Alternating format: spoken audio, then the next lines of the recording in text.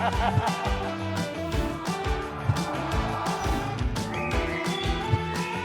just the Mercy Watchers, but everybody.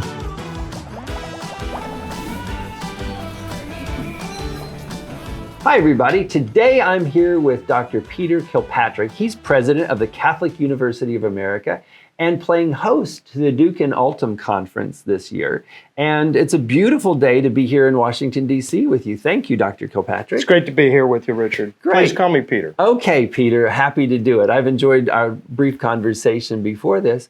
Why don't you tell our viewers a little bit about your journey here and the excitement that I feel building at the Catholic University of America? Boy, thanks for that question. About 2 years ago, I was called by a good friend of mine from Notre Dame, Carter Sneed, and he said, the Catholic University of America is looking for a new president. You should apply. And I told Carter, I'm about to retire. And Not yet. I'm not really interested in a president job. Those are hard jobs. And Carter, as a good friend will do, badgered me for a month until I finally said, Carter, to get you off my back, I'll send in a letter. And they were interested, and I thought, I should go and talk to them. And I fell in love with the place. Oh, great. I fell in love with the people. I fell in love with the students. So yeah, my wife's going to have to wait a little while for me to retire. Well, thank you, Carter. So you've been here now, what, a little over 16 months. 16 months. And so tell me where things are going with CUA. Well, I started with a new campus minister, Father Aquinas Gilbo, who's a Dominican. We built a very nice campus ministry team, 7 religious and about 50 or 60 lay ministers, a lot of students. Right. And so one of the exciting things we're doing is we're really building our campus ministry programs here.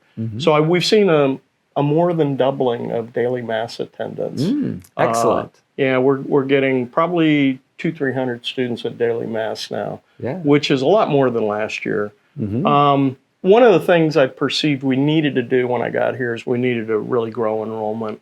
You probably know, being a president, that that's true. The business model of universities is changing, and students typically have less ability to pay than they did 30 or 40 years ago relative to, the CPI or the, gross domestic product. So we're growing to 10,000 students. We're at about 5,500 now. We have a new campus in Tucson that we've got a lot of students at. We grew our undergraduate first year admits this year by about 15%. We grew our masters by about 30%, and we expect to do better next year. So awesome. So we're trying to make the place more Catholic, and we're growing.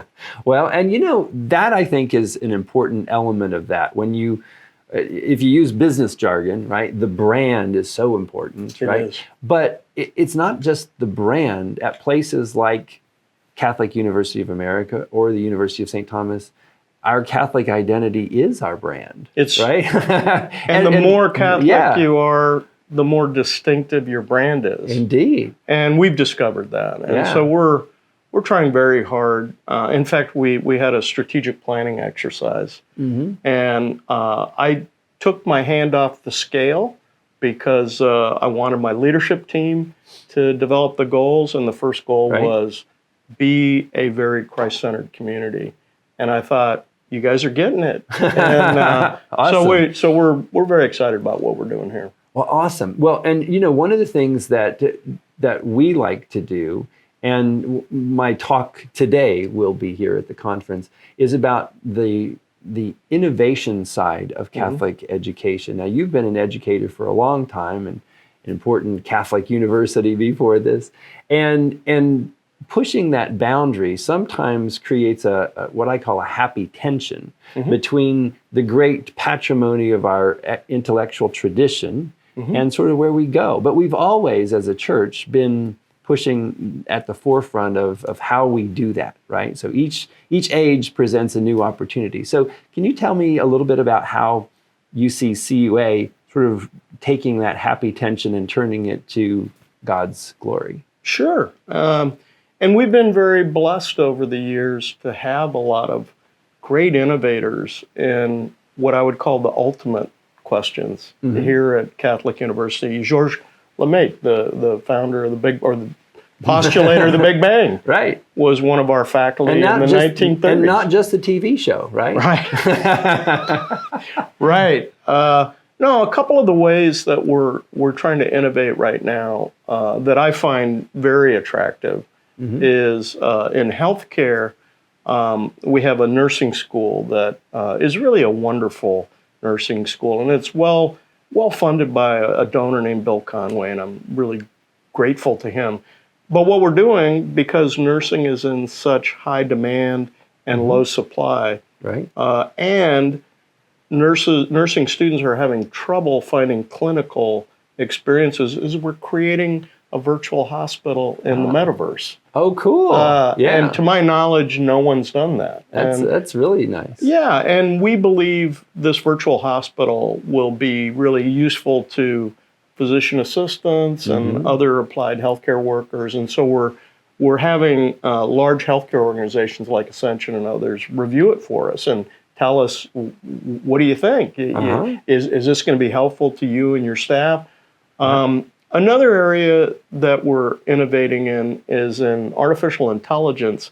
There are very few people who are taking moral theology and really fusing it with artificial intelligence to ask the most important questions, like how will your students develop virtue and character when they use artificial intelligence? How will you as a professor know? And how will you encourage your students to tell you how they're using artificial intelligence to do their work? So we don't want to say artificial intelligence is always evil. It's not. It's just technology, and technology is power. And how can you use it to do good? And so ethical AI is an area where we're really trying hard to innovate. Excellent. I love those two initiatives, and I know there are probably many more beyond that. But Peter, thank you so much for visiting with us today. Richard, great to be with you, and excited to hear your talk this afternoon. Oh, well, I'm excited to hear yours. So we're going to have this Mutual Admiration Society today, and we hope that you'll join us again real soon. But thanks for joining us today, and God bless you.